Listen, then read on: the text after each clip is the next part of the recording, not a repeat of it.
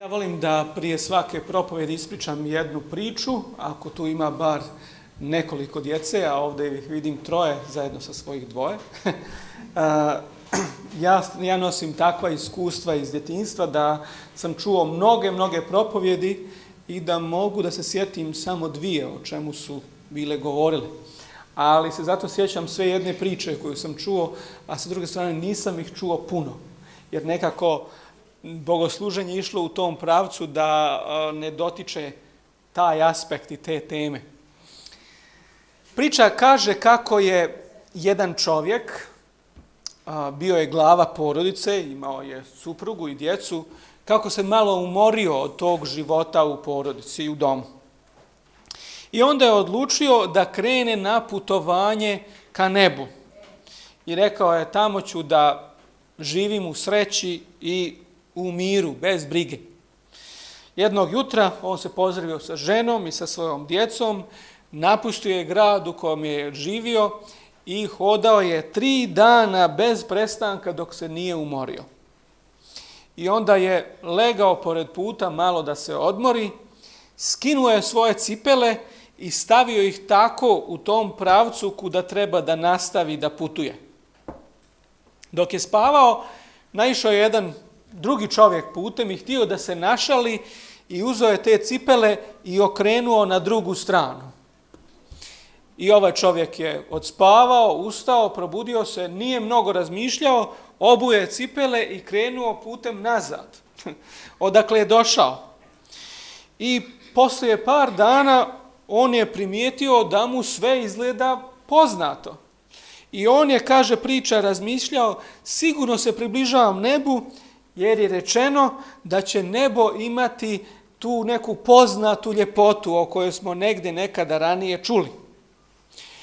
Dan kasnije ušao je u grad i rekao samom sebi, kakvo lijepo mjesto.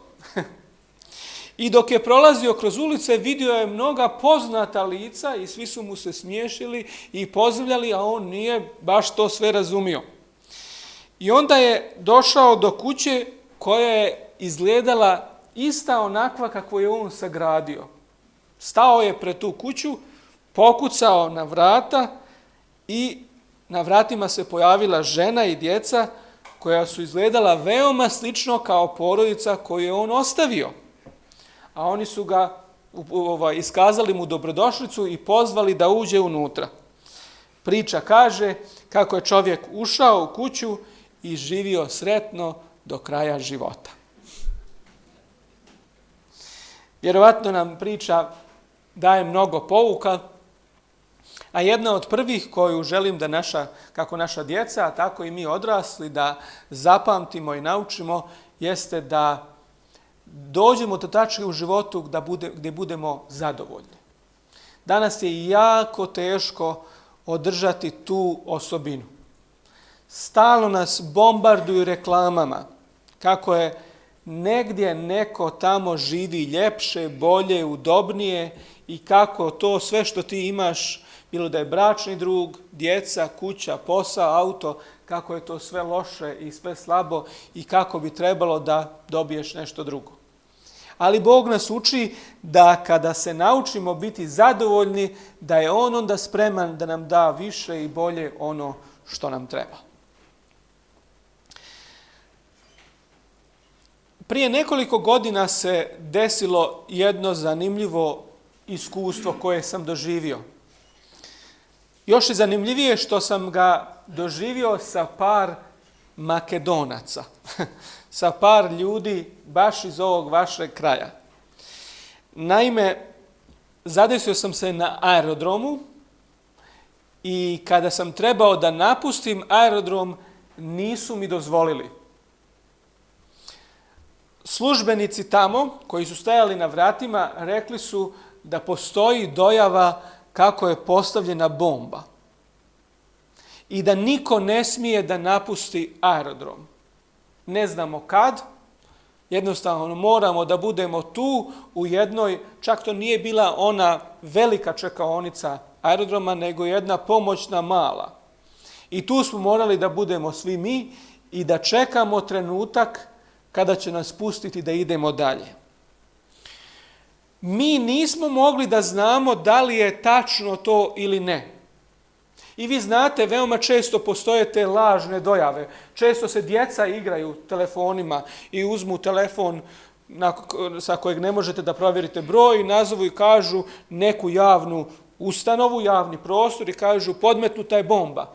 I onda se obustavi sav normalni život, pozovu se stručnjaci koji moraju da pretraže prije nego se život nastavi istim tempom.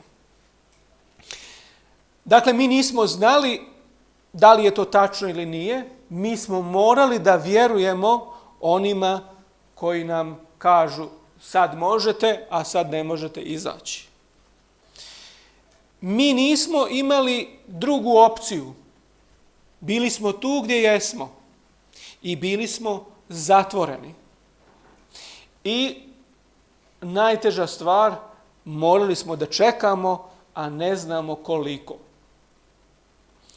I dok je tako vrijeme prolazilo, ja sam sebe pitao, postoji li razlika u načinu kako ja čekam kraj ove teške situacije i drugi ljudi? Bez želje da mislim kako su drugi ljudi loši, a ja bolji.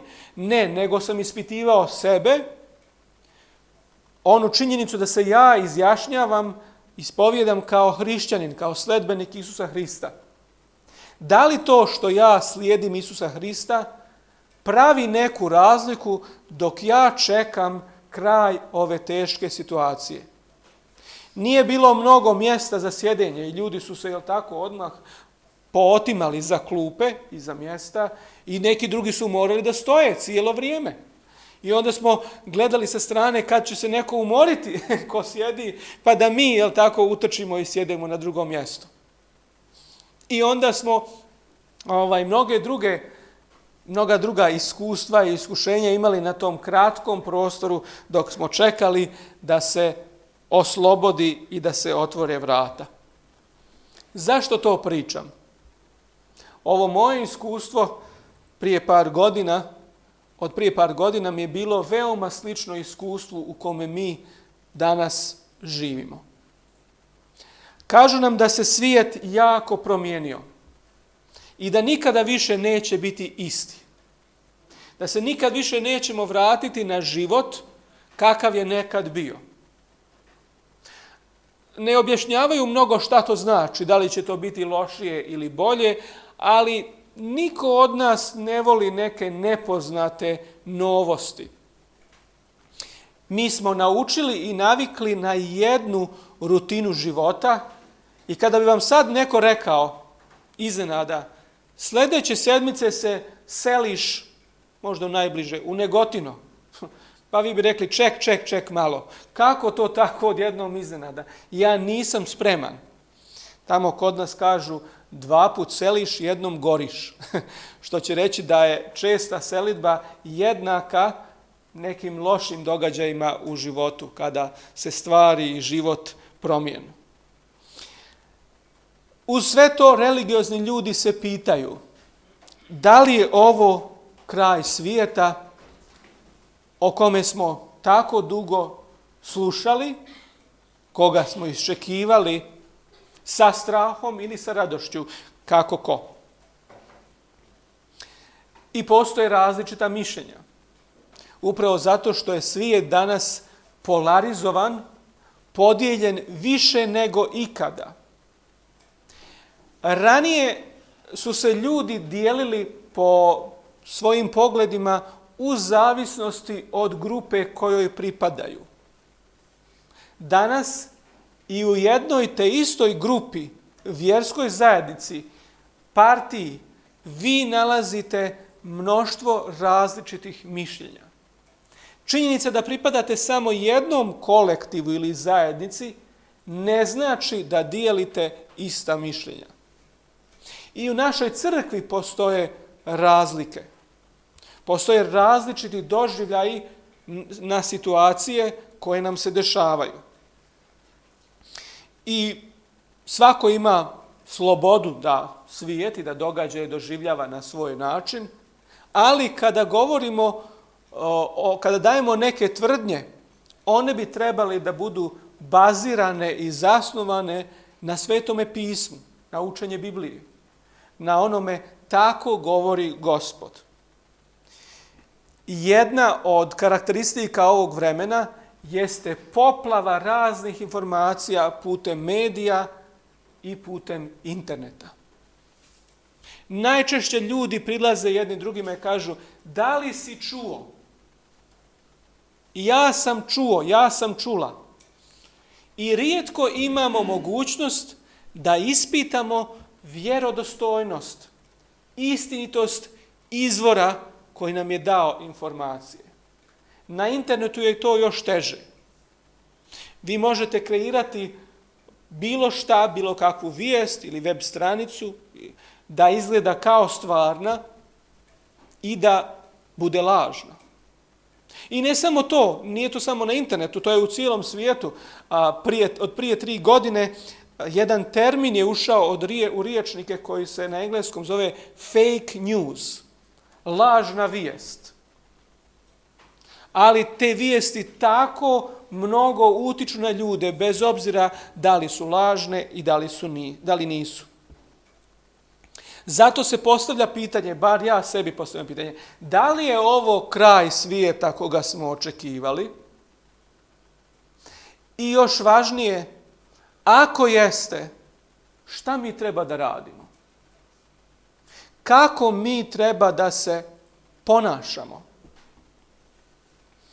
U istoriji naše vjerske zajednice za nekih 180 godina, iako je i kasnije, ali uključujemo i taj mileritski pokret, možda i manje, s obzirom da je crkva zvanično osnovana 1863. godine, postoji veći broj datuma kada je jedan broj vjernika ili pojedinaca vjerovao, kako ukazuje, na Hristov skori dolazak. Jedan autor je zapisao i izbrojao više od 20 takvih datuma. Svaki globalni događaj je uticao da ljudi pomisle da li je to to. Kao što sam rekao u prvom dijelu, ljudi koji dožive teške situacije i događaje u svom iskustvu, malo su manje podložni takvim idejama. Kada se vaš svijet preokrene na glavačke, onda sve drugo poslije izgleda malo manje problematično. Ima jedna slika, mladi će vjerovatno se sjetiti na internetu. Ona želi da nije stvarna, samo želi da pošalje određenu poruku. Jedan čovjek visi na vješalima i smije se. I on kaže: ovo je za vas prvi put. I dole ispod piše: ovako ljudi sa Balkana doživljavaju globalne probleme. Što će reći, mi smo prošli kroz mnogo toga i kada se desi nešto veliko, mi se samo nasmijemo i slegnemo ramenima i kažemo: zar opet? Ja sam kao dijete doživio posljedice rata u Bosni i Hercegovini. Ja ne mogu da objasnim današnjoj djeci kako je takav život izgledao. Život bez struje, život bez svih drugih događaja kakve danas imaju, život bez odlaska na neke izlete sa školom, da o odlasku na more sa roditeljima i ne govorimo. A Novu godinu bi proslavili tako što bi prethodnih nekoliko dana sakupljali metke, nečaure metke stvarne, i onda zamolili nekoga da iz oružja ispucamo nekoliko metaka. I došla bi noć, struje onako nema, vrlo rano bi otišli u krevet i to bi bila Nova godina. Nije bilo mnogo drugih stvari da se kupuju. Kinder jaje je bila misaona imenica i veoma često bi u školi prekidali nastavu zbog negdje obližnjeg bombardovanja i rekli bi: djeco, danas moramo da prekinemo nastavu, idite kući, požurite, ne zaustavljajte se nigdje i slično. I kada živite u jednom takvom svijetu ili proživite to, onda i neki drugi događaji ne izgledaju tako strašno. Ja ne mogu reći da sa sigurnošću sam čvrsto uvjeren kako je ovo taj trenutak. Možda više zbog toga što nam je Hristos rekao neke važne riječi. Volio bih da čitamo zajedno Bibliju. Ja volim da, kao što smo rekli, da sve što govorimo da to bude iz Biblije i da evo svi uzmete svoje Biblije i da neko ko nađe neka pročita prvi tekst. Matej 24:36. Evanđelje po Mateju 24. poglavlje 36. stih. Ko nađe neka pročita bez da traži dozvolu. Ali glasno i jasno da svi čujemo. Matej 24:36.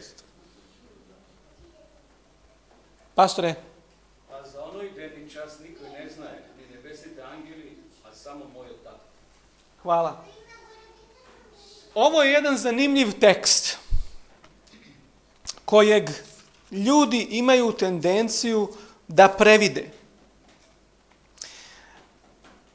A o danu tome i o času niko ne zna.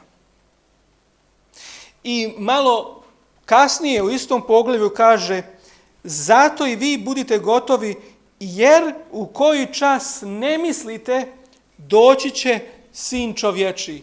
Šta Hristos hoće da kaže ovim riječima? Nešto slično se dešavalo kada je on svojim učenicima rekao i ponavljao: evo idemo u Jerusalim i Sin čovječiji će biti izdan i predan i razapet. Oni ništa ne reaguju. Jednom, drugi put, treći put, u Gecimani kaže Isus, svi ćete se vi o mene sablazniti ovu noć. Šta oni kažu? Nećemo, to je sam Petar rekao, a onda kaže i svi drugi su tako rekli. Međutim, Hristove riječi su se ispunile uvijek do sada. Zašto mi mislimo da ove Hristove riječi neće se ispuniti? Šta više, u djelima, u prvom poglavlju, kada je Hristos odlazio, možemo i taj stih djela 1:7 pročitati, i on je jako važan u ovom kontekstu sistematskog razmišljanja o Hristovom drugom dolasku. Djela apostolska, prvo poglavlje, 7. stih.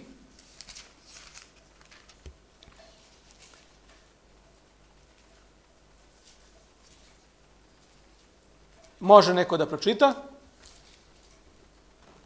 I to im odgovori: ne je vaše da gi znajete vremenite ili časot što Otcu postavio do svoje glasa.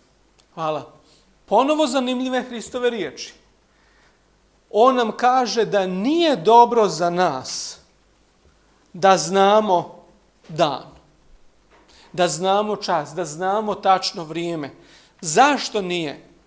Pa zato što najvjerojatnije veliki broj od nas bi se jednostavno opustio i čekao taj trenutak. Evo, za one koji vrednuju riječi koje je napisala Ellen White, evo dva zanimljiva citata. Saznala sam da je brat taj i taj, tako reći, odredio vrijeme izjavom da će Gospod doći za sljedećih 5 godina. Ipak, nadam se da neće daleko otići taj utisak da mi određujemo vrijeme dolaska. Neka niko ne izriče takve tvrdnje, jer od njih nema nikakvog dobra. Zanimljivo. Ne pokušavajte da na takvom jednom osnovu izdejstvujete probuđenje, nego svakoj izgovorene riječi posvetite potrebnu pažnju, kako fanatičnima ne biste pružili priliku da se uhvate za bilo šta što bi izazvalo uzbuđenje i ožalostilo Gospodnjeg duha. Da li ste čuli tekst? Kaže, ne pokušavajte da na osnovu toga Hristos dolazi, da izdejstvujete probuđenje. Zašto? Zato što možete da se prevarite i onda će rezultat biti još teži, još lošiji. Zato sljedeći put kada bude stvarno, bit će teško da se povjeruje. Jer tako, kaže, ko jedan put slaže, drugi put uzalud kaže. Evo još jedan tekst iz iste knjige. Mi ne treba da se hranimo uzbuđenjem oko određivanja vremena. Nećeš moći da kažeš da li će Hristos doći za 1, 2 ili 5 godina, ali ne treba ni da prestaneš da misliš na njegov dolazak, polazeći od toga da se možda neće dogoditi ni za 10 ili 20 godina. Naše ime naše crkve je Adventisti 7. dana. Čekaoci.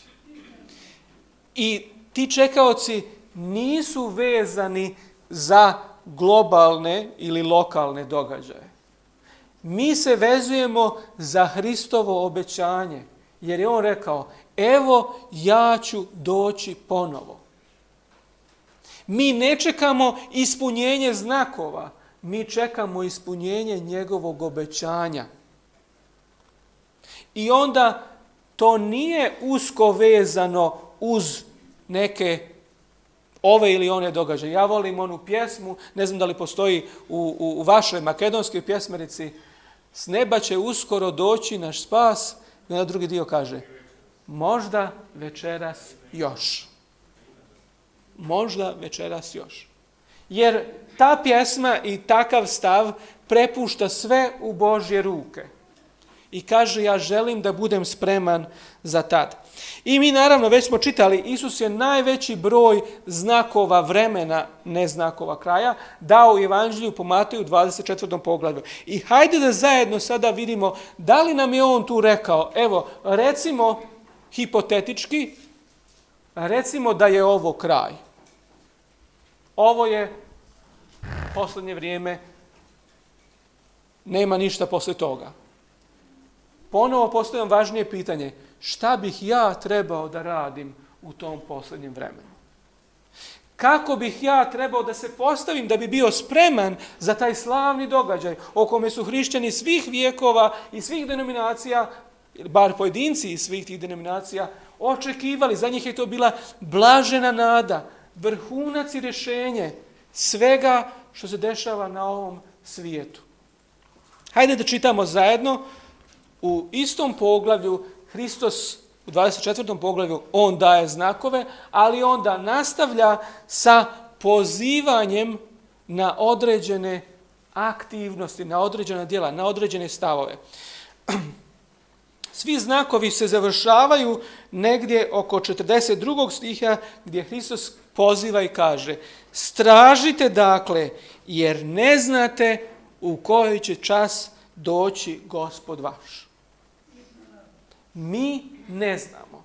I upravo zbog toga treba da stražimo. Ali šta sad to treba da znači? Ili šta znači stražiti? Da li to znači napraviti tablu sa događajima i reći mi smo sad ovdje i ja mogu malo da odmorim jer ima još toliko vremena? Ili je Hristos pod straženjem mislio nešto drugo? Meni se čini da 4 priče koje je Hristos ispričao u narednom tekstu od 24:43 do Matej 25:46 postoje 4 priče koje nam daju naznake šta bi mi trebali da radimo dok čekamo, ili to je odgovor na pitanje kako stražimo. Hajde da vidimo. Prva priča, jel tako, govori ko je dakle taj vjerni i mudri sluga, Matej 24:45, kojeg je gospodar postavio nad svojim domaćnjima da im daje hranu na obrok. Blago tom sluzi koji došavši gospodar njegov nađe da izvršuje tako. Ali sa druge strane postoji mogućnost da taj sluga bude kakav? Rđav, loš. 48. stih. Ako li taj rđav sluga reče u srcu svome, neće moj gospodar još zadugo doći, ima vremena, neće Hristos još skoro doći. Šta se dešava u životu tog sluge? 49. stih kaže, počinje da bije svoje drugare. Jedna od posljedica odgađanja, a možemo reći i predviđanja Hristovog dolaska, jeste da naša etika može da se promijeni. Ovaj rđavi sluga je rekao, dolazak je dalek i to je uticalo da se njegovo ponašanje, da njegov odnos prema ljudima postane lošiji.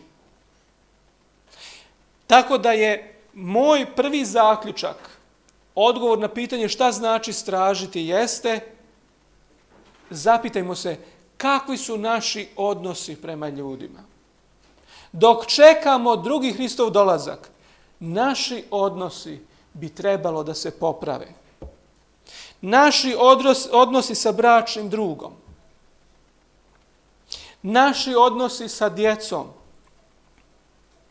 naši odnosi sa roditeljima ako su živi, naši odnosi sa komšijama i susjedima. Veoma često mi ne živimo najbolje sa njima i onda kažemo, oni su nevjerni, zato oni ne vole nas. A možda smo mi nepošteni u našem odnosu. Možda smo mi posudili neki alat, novac, pa ne vraćamo, a kažemo ne vole nas zato što smo adventisti. Naš odnos prema saradnicima na poslu, šta oni kažu? Baš je ugodno raditi sa njim. Rad sa ovim čovjekom je zadovoljstvo. Ili kažu, jedva čekamo da se makne, da ode na neku drugu poziciju, neko drugo mjesto. Ne možemo da ga trpimo. Kakvi su naši odnosi sa ljudima oko nas? U porodici, na poslu. To pokazuje kako ja čekam drugi Hristov dolazak. Stražite, znači budi čovjek koga je lako voljeti. Je tako taj jedan tekst kaže? Hrišćanin koji voli i koga je lako voljeti je najbolji dokaz u prilog hrišćanstva. Ellen White je napisala u jednoj svojoj knjizi. Kakav sam ja? Da li je mene lako voljeti? Dakle, odgovor na pitanje šta činimo dok čekamo Hrista jeste da naša etika odnosa treba da poraste, da naši odnosi treba da budu bolji, treba da budu drugačiji, da tu bude fokus.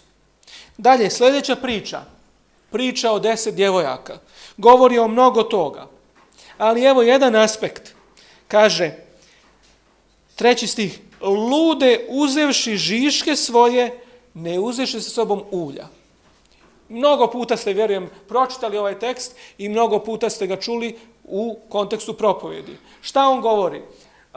Znate taj kontekst da je to bila svadba, da se očekivalo pred veče i da su oni imali lampe, da su one osvjetljavale put i da su one rekle, u to i to vrijeme mladoženje će doći, ne treba nama dodatno ulje, mi znamo kad će on da dođe. Zato one nisu uzele ulje sa sobom. One ne računaju na neko odlaganje, one su sigurne u svoje proračune, u svoje vremenske table, u tom i tom, za 3 godine, i ja toliko imam. Ali gle, tekst kaže, a budući da ženik odocni. Stvari se nisu odvijale prema njihovim predviđanjima.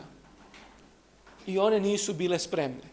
Šta više, najzanimljiviji aspekt ove priče kaže, zadrijemaše i pospaše ko?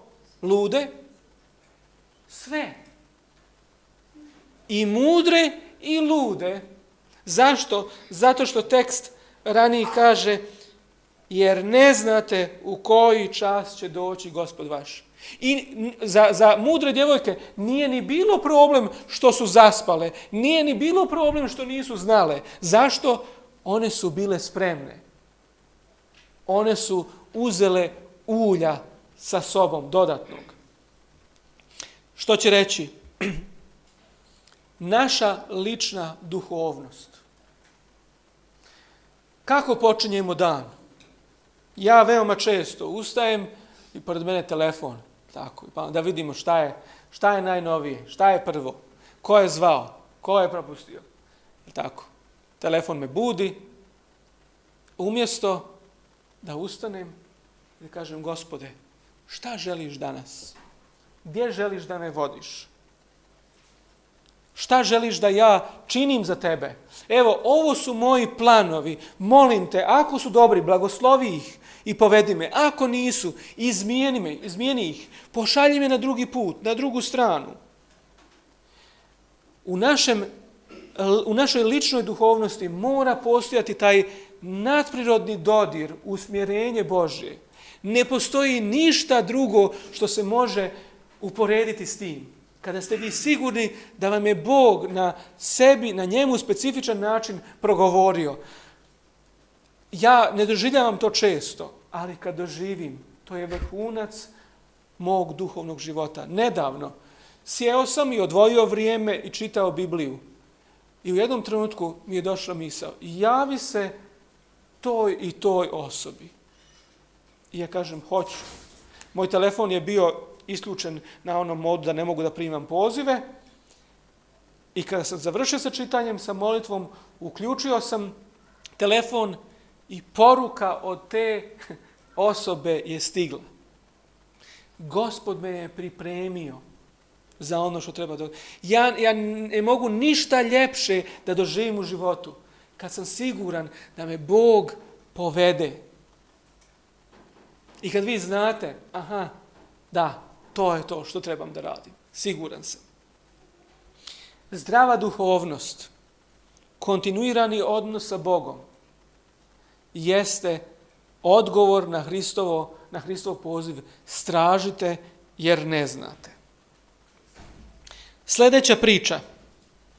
Čovjek, Matej 25:14, čovjek koji polazeći na put doziva svoje sluge i predaje im svoje blago. I znate dalje tekst. To blago je bilo različito podijeljeno. Jednome 10, jednome 5, kako već ide. Ne, 5, 3, 1. 5, 2, 1. Odavno nisam izgleda čitao ovu priču. Kaže, i jednome dakle dade 5 talenata, drugome 2, trećemu 1. Različito podijeljenje. Ali šta? Očekuje da ih koriste i da ih umnože. I mi odavno čitamo i kažemo da je to ono što je nama Bog povjerio. Da je to nešto što je Bog tebi i meni dao. Različite stvari. Prije svega različite sposobnosti. Kako duhovne, tako i druge darove. Neko nešto radi i doći će trenutak kad će Bog pitati šta si uradio s tim? Šta si uradio sa tim? Kako si iskoristio vrijeme? Uticaj. Da li je tvoj uticaj bio na dobro ili na loše? Šta si radio sa novcem? Ljudi danas ne vjeruju mnogi da je novac rezultat nekog Božjeg udjela u njihovom životu.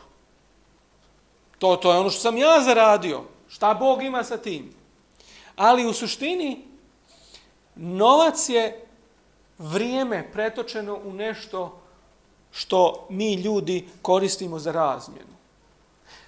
Vama plaćaju za vrijeme koje vi potrošite da uradite ogradu, da popravite zub, da bilo šta drugo uradite.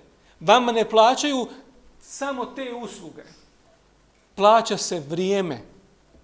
Vi ste svoje vrijeme iskoristili da nešto, one sposobnosti koje vi imate, vi ste svoje vrijeme posvetili nekoj drugoj osobi. I neko treći vam plaća za to vrijeme. I zato u kontekstu Biblije Bog ima pravo i kaže daj mi jedan dio. Zato što sam ti ja dao vrijeme. Ja sam ti dao i mogućnosti, i sposobnosti, i zdravlje, ali iznad svega novac jeste vrijeme. Tako, ono koje smo mi potrošili. I ja vidim ljude često oko sebe koji su sigurni i ubijeđeni. Isus dolazi, a jako sebično živi. To nije u skladu sa ovim. Isus dolazi, ja pravim treću kuću. Ja nemam problema da on pravi treću kuću, ali to nije ili jedno, ili kaže da ne dolazi, ili kaže da dolazi, a budi konzistentan, budi dosledan onome što vjeruješ. Treći korak u ovom pravcu odgovora straženja jeste da mi ono što nam je Bog povjerio, da koristimo vjerno njemu na slavu. I četvrta priča, Matej 25:31, je priča o ovcama i jarcima. Dok čekamo kako tretiramo ljude prema kojima okolnosti i život nisu bili naklonjeni. Život nije pravedno podijeljen. Moj sin ima najčešće rečenicu da kaže meni kada nešto ne dobije. On kaže, nije fair. Ja kažem, pa ko ti je rekao da je fair? Ništa nije fair. I ono što ti misliš da je fair, to je milost. Nema pravde. Nema fair podjele. Nekom se desilo da se rodi u porodici bogatih, a nekom se desilo da se rodi na ulici. Da li je on kriv? Šta da kažemo za roditelje koji ne mare, koji rađaju djecu, a ne mare za njih? Koji ne razmišljaju kuda će poći životni put tog bića kojeg mi donosimo na svijet? Da li će imati dovoljno da jede, da li će imati u šta da se obuče? Oni se rode, dese, jednostavno dese im se, što jedan pisac kaže, desio mu se život. A ova priča kaže, vi koji se nazivate Hristovim imenom, šta vi radite za gladne, za žedne, za ljude bez krovom nad glave, za one koji su u tamnici, za one koji su bolesni, za one koji su bez odjeće. Šta vi radite za njih? Mi kažemo, pa znaš šta? Pa mi čekamo Hrista. Mi nemamo vremena da se tim pozabavimo. Jer evo tabla, to je već tu. Još samo da se desi to i to. Žao mi je. Ja bih ti rado pomogao. Znate onu priču, svitac traži prijatelja. Znate tu priču? Svitac traži prijatelja. Priča kaže kako je svitac bio usamljen i tražio nekoga sa kim da se igra. I naiđe na mrava i kaže, hej, hoćeš sa mnom da se igraš? On kaže, hoću, ali evo, hajde samo da mi pomogneš. Moj brat, mrav, se izgubio, a super se naišao, ti imaš tu svjetlo i da mi prosvijetli. On kaže, pa rado bih ti pomogao, ali ja tražim prijatelja. Ne mogu. Tako nekad izgleda. Nemamo vremena, mi radimo neke duhovne stvari, a ljudi oko nas.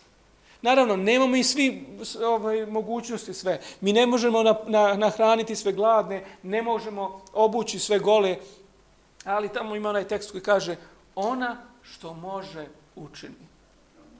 Ona što može učini.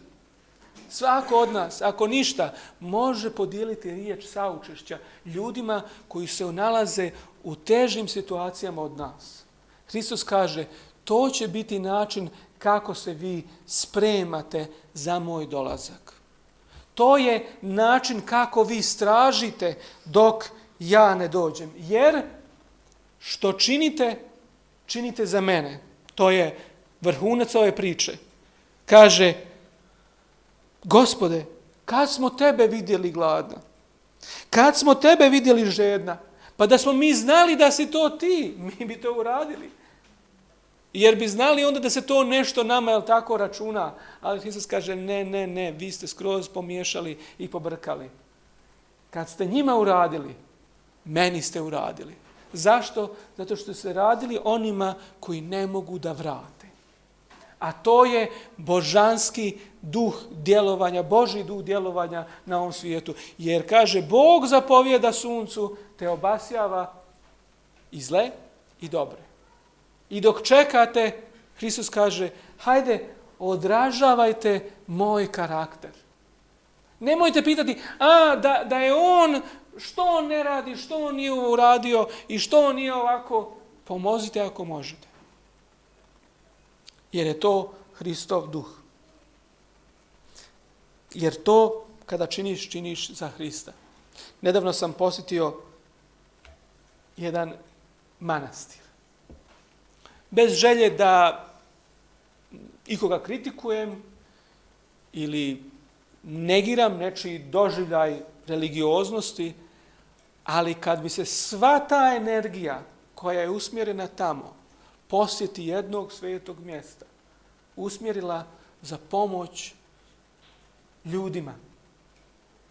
Ne govorimo samo energija, tu je i novac, tu su i sredstva, tu je mnogo toga. I bilo gdje ima takvih svetih mjesta u svakoj religiji.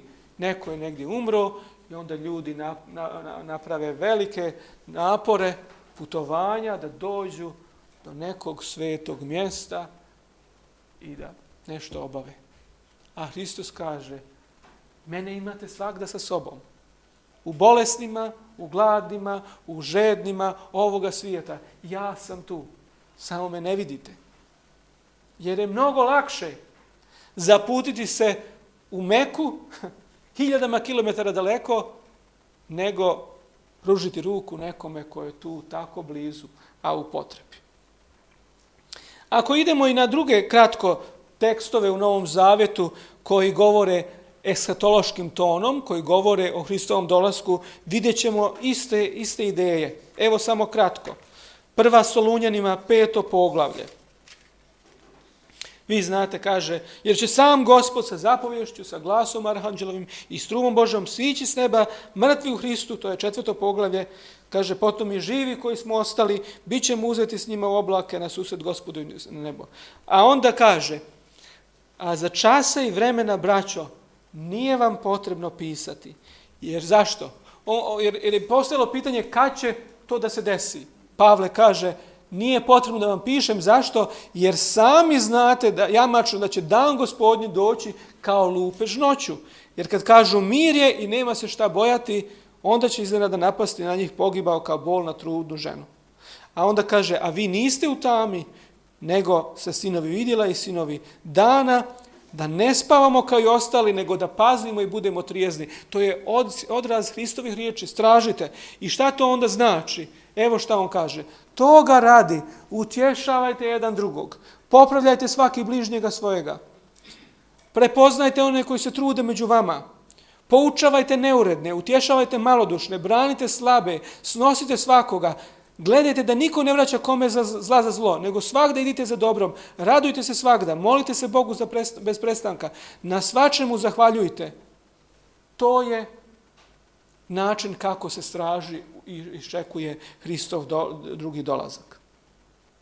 Jer kaže na kraju, cijel vaš duh, duša i tijelo da se sačuva bez krivice za dolazak Gospoda našega Isusa Hrista. 2. Solunjanima, 3. poglavlje, iste misli. Jel tako? Govori da se očekuje, da dolazi Gospod i onda kaže, jer sami znate kako treba da se ugledate na nas. Zanimljiv aspekt dok se očekuje. Nemojte da zabadava hljeb jedete. Govori se o tome da se radi. Kaže, neki neuredno žive, ne radeći ništa. Takvima zapovjedamo u Gospodu da radeći svoj hljeb jede. I sam Gospod mira da bude sa vama. Možemo ići i dalje, možda evo ja ću završiti još samo jednim tekstom, 2. Petrova 3.18. Također jedan tekst kaže, prije toga ponovo počinje o tome da će neki govoriti da Hristos ne dolazi, ali on kaže, ne docni Gospod s obećanjem kao što misle neki da docni, nego nas trpi jer neće ko da pogine. I onda ponovo govori kako se čeka. Kad će se ovo sve raskopati, kakvim treba biti vama u svetom življenju božnosti. Čekajući i želeći da bude skorije dolazak dan, da vas Gospod nađe čiste i prave u miru, trpljenje I na kraju kaže, napredujte u blagodati i u poznanju Gospoda. Tako se iščekuje Isus Hristos. Tako se iščekuje Hristov dolazak. Ne nagađajući sad, datum i slično, nego živeći kao što nas je On pozvao da živimo.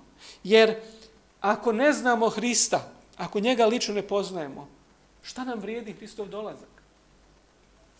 Možda posljednje riječi ozbiljne opomene iz knjige proroka Amosa. Amos, taj starozavetni prorok, je zapisao zanimljive riječi u kontekstu očekivanja Hristovog dolaska. Knjiga proroka Amosa 5. Teško onima koji žele dan Gospodnji.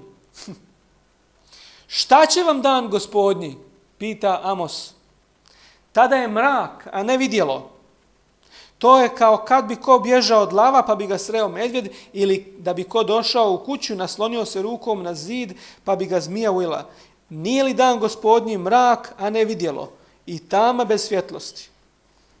Govori prorok onima koji su zaboravili etiku, ali su iščekivali da Hristos ponovo dođe. I on kaže, teško takvima koji žele dan Gospodnji. Šta će vam dan Gospodnji bez Gospoda? A njega možemo imati već danas u našem životu i našem iskustvu. Na kraju krajeva, mi ne znamo koliko dugo će naš život trajati. Pričali smo ove sedmice kako je jedan brat sa drugim bratom dogovarao i planirao kada dođe to vrijeme gdje će da se bježi, jel tako, na koju stranu da se ide, a on je, hvala Bogu, zaspao u Gospodu. On nije to doživio. Da li ćemo mi doživjeti?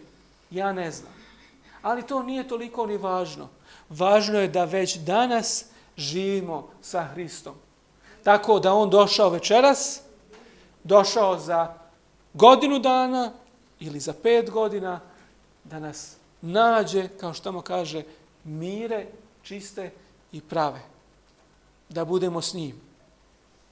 Hajde da očekujemo Hrista danas, ali da ga očekujemo na pravi način. Da naši odnosi budu uredni, da naša duhovnost bude zdrava, da budemo odgovorni Bogu za ono što nam je dao, za ono blago koje nam je povjerio, koje nije uvijek i samo blago u smislu materijalnih stvari. I na kraju, da se odnosimo prema ljudima koji prolaze kroz teškoće u životu na pravi način, da oni mogu da vide, postoje neki Hristovi sledbenici, postoji neko ko ima saučešća, ko ima sažaljenja, koji razumije šta znači biti u problemu. Ta 4 aspekta, ja vjerujem da su odgovor na pitanje kako stražimo. A to nisu table, to nisu prognoze, to nisu predviđanja za 2, za 3, za 5, nego je to život u Gospodu. Moja želja i molitva jeste da to bude tvoje, draga sestro i dragi brate, i moje iskustvo. U suprotnom, riječ Božja kaže, šta će vam dan Gospodnji? Šta će vam dan Gospodnji ako nemate Gospoda Isusa Hrista, ako nemamo Gospoda Isusa Hrista u svom srcu? Amin.